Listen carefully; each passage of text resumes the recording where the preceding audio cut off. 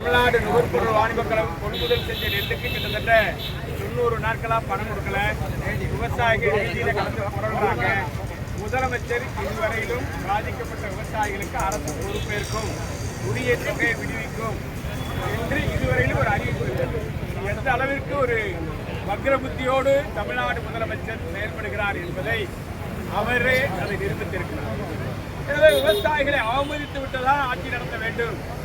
ஒரு சில நபர்கள் ஊழல் முறைகேடு செய்வதற்கு தமிழ்நாடு முதலமைச்சரை துணை போகிறாரோ என்று அச்சம். இன்றைக்கு 2வது கட்ட பேச்சுவார்த்தை நடைபெற்றிருக்கிறது. கடந்த மே மாதம் 26ஆம் தேதி முதல் கட்ட பேச்சுவார்த்தை நடத்தி 15 தினங்களுக்குள்ளாக அனைத்து விவசாயிகளுக்கும் பணம் பட்டுவாடா செய்யப்படும் அறிவித்தார்கள். இன்றைக்கு பேச்சுவார்த்தை நடத்த வேண்டிய நெருக்கடி, அடுத்த கட்ட போராட்டம். காவல்துறை அதற்கான சமாதான பேச்சுவார்த்தைக்கு ஏற்பாடு செய்தது.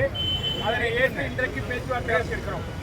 ஆனால் இந்த விவசாயிகளுக்கு பணத்தை தர வேண்டும் என்று உத்தரவாதப்படுத்தி பேச்சுவார்த்தை நடத்திய தமிழ்நாடு நுகர்பொருள் வாணிபக் கழகத்துடைய மேலாண்மை இயக்குநர் சண்முக சுந்தரம் IAS கட்டாய விடுப்பு அனுப்பிட்டாங்க.